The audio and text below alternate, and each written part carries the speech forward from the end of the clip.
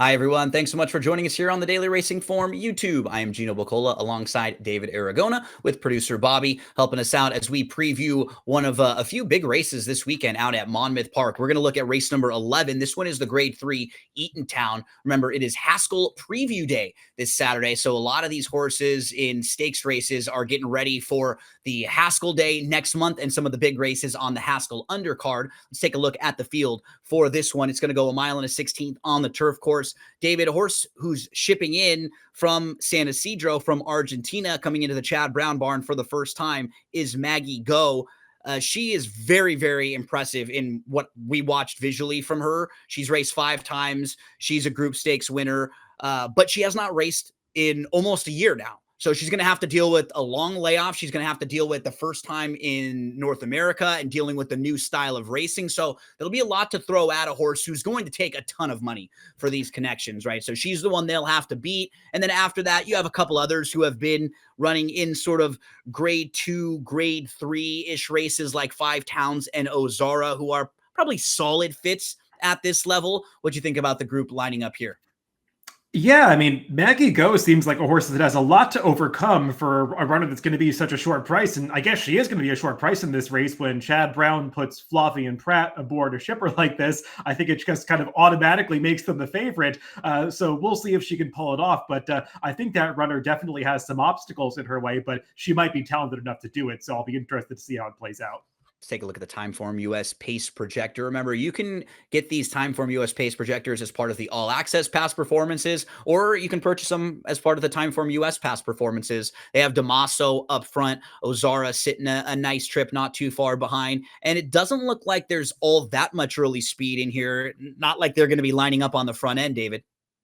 Yeah, there is not a ton of speed in here. Damaso is so versatile. She can go to the lead. She can rate. I would imagine in a spot like this, where it seems like the pace scenario is pretty murky, they're probably going to put Damaso on the front end. The horse that I'll be most intrigued to see where she's placed in the early stages is the number 7 Whiskey Decision, a horse that's run some of her best races when she can be forwardly placed, but has had a tendency to get very rank when she's forward. So I'll be interested to see if they're able to keep a lid on her earlier, if she kind of turns into a bit of a runoff off the layoff. That's always the risk with her.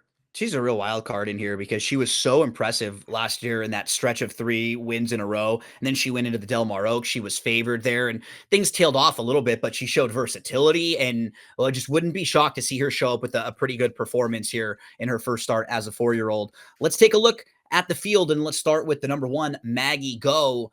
This was a pretty impressive performance, David, because she got stuck in a little bit of traffic down on the inside. She was, in between horses about 2 or 3 lengths off, and she was bottled up. She's got to back up, angle around, and she closed pretty well. She was second best. The horse who ends up winning was a horse who kind of just got the clear trip on the outside, didn't have to start and stop. I thought this was a pretty solid performance from her, but it's going to be a lot to ask coming all the way over here and making her first start in almost a year now.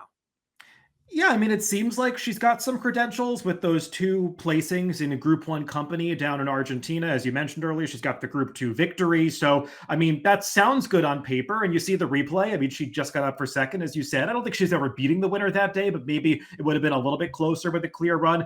I don't really know the quality of the horses that she was facing down there. I tried to look some of them up. It doesn't seem like they've accomplished a whole lot that would be relevant towards comparing them to U.S. form. Chad Brown seems high on her, though, and that does count for quite a bit. And the fact that he's putting Flavian Pratt aboard and that he's at Monmouth this day to ride a horse like this, it all seems like it's a positive. I will say, though, Gino, she hasn't run in a year. We know sometimes these South American imports need a start or 2 to get going. All of those races that we see on the form are when she was a 2-year-old, since she was a South American bred. She's never actually run against older horses before, and she's actually a half a year younger than the other 4-year-olds in this race. So I think there are some significant obstacles to overcome for a horse that's going to be a pretty short price. I totally agree.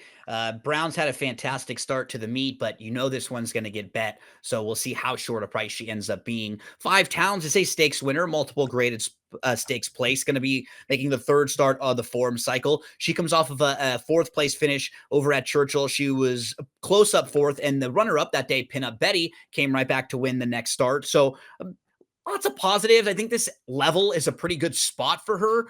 she just hasn't been a win machine as of late. She's been kind of a horse who's gotten herself into some trouble. She's had a couple trips. What do you think about Five Towns in here? Yeah, she's fine. She's tried a couple grade twos. She just hasn't quite been good enough in those races, but she's picked up pieces. And as you said, I think this is a better level for her, especially if some of the horses that are wild cards in this race don't step forward. She feels like a horse that's just a really good fit in a spot like this. She's gotten good trips in most of her races recently, especially last time in the Distaff Turf Mile. I thought Irad could not have given her a better ride in that race, saving ground around the turns and tipping out to the better part of the turf course outside in the stretch at Churchill. And she just wasn't quite good enough to seal the deal in a spot like that, but maybe she will have more success in a grade 3 like this.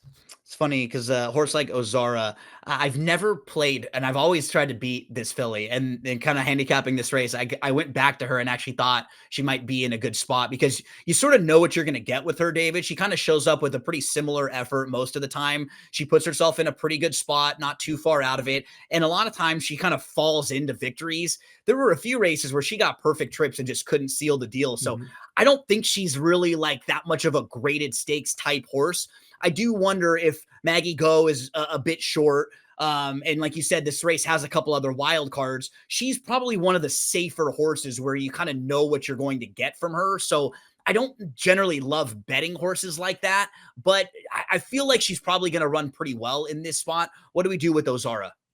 Yeah, it sounds like our respective views of her coming into this race were pretty similar. I've Yeah. never been the biggest fan either. She's gotten good trips on a number of occasions, and I'm always kind of waiting for her to produce a better finish than she often does. This race that we're taking a look at is probably one of her better efforts. She did fend off a stablemate Breathaway, who at times can have a little bit of hang in her, and she got a little bit of a better trip than Breathaway around the far turn, where Breathaway had to wait briefly in traffic as Ozara moved first and kept her stablemate in. So we'll see if she can continue that forward momentum and step forward again. For me, though, Gino, even at this level, I wondered if she was good enough against these horses too.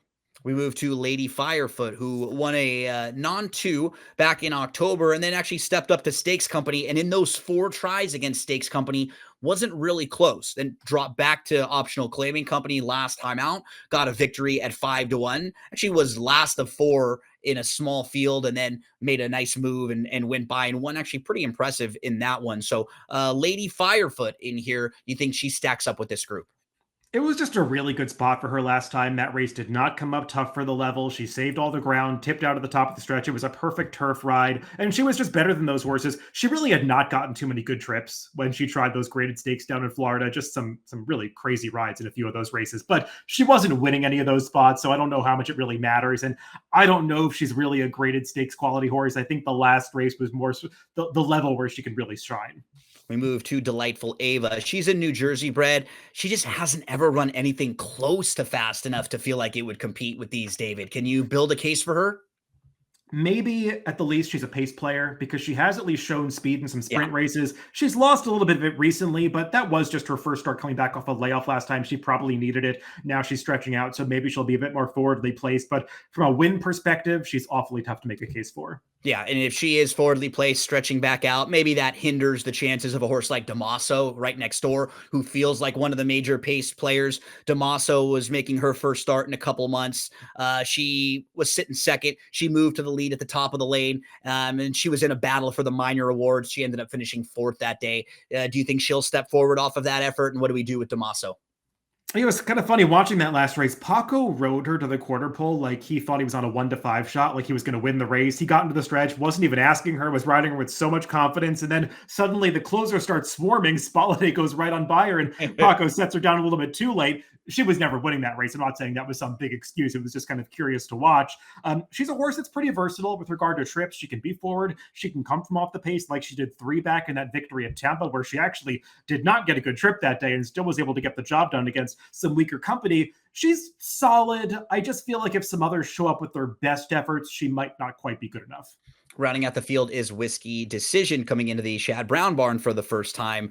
This is a filly who showed some real talent last year, David. In her 2nd, 3rd, and 4th starts, she won impressively. One of those wins was a stakes win at Delaware. She was so good in those races that she went into a pretty soft renewal of the Grade 1 Del Mar Oaks, but she was still favored in that race, shipping across the country to Del Mar. She kind of pulled. She just didn't really seem comfortable there that day. In her next two races after, she didn't get the best of trips. She had a little trouble. Then she was wide. She just wasn't quite at the same level towards the end of the year. But now coming into a new barn, she's had plenty of time off. It's like a starting over point for her. She's real curious in a wild card, just based on like the trip she's going to get, based on how she's going to get bet. Very, very interesting in here. What do you think about Whiskey Decision? I feel pretty confident that from a raw ability standpoint, she's the best horse in this race. The races that we saw her run in the early part of her 3-year-old season when she won that allowance race at Churchill, followed it up with that stakes win at Delaware. I mean, she was hinting at the kind of horse that could be competitive in those Grade 1 and Grade 2 races later in the season. And clearly it didn't work out, but I think it was more due to her mental game than it was her actual ability on the racetrack, because she just totally came apart in that Del Mar Oaks. She just ran off in the middle portions of the race. They could not keep her contained. And the connections got so concerned with sort of keeping her settled in her races that I think they made the mistake of just ripping her so far back off the pace in those last two spots just to get her to settle. And it didn't even really work out. They would take her back. She would still get rank. And then she doesn't really have the finishing speed to make a rally from those positions. So she just kind of totally came apart mentally at the end of last year. So now she's had some time to regroup. She's showing back up in the Chad Brown stable. We'll see if it's going to be a different story in terms of her pulling the right kind of trip. Maybe breaking to the outside will be the better thing for her, because at least she can sort of place herself in the race, and it doesn't have to be so incumbent on the jockey to sort of get position in traffic early. So I just like to see her free running, whether it's forward or in the stalking position, because I think if she can put it all together, she can beat a field like this. It's a good spot for her, and she's in a good barn. She's in good hands starting over. As we move to selections for the Eatontown, that's where you're going to land, right? You put her on top, kind of feeling like if she shows up with one of those efforts from early last year, she's going to be really tough. Yeah, she's not trustworthy, but I think she's going to be the better price of the two Chad Brown runners in here. And at least I know I can measure her talent based on races in the U.S. from last year, whereas I really have no idea how good Maggie Go is. She's kind of a wild card, and I'd rather take a better price on a horse like Whiskey Decision. And we have the same three horses in the under spots. You'll go for probably the better ceiling horse with maybe some more value. I'll go for like the safer horse who I think will just run really well in here. That's Ozara. So 3-1-6-2 for me, 7-1-2-6 for David. Whoever you play, however you play them, we wish you the best of luck on Saturday at Monmouth.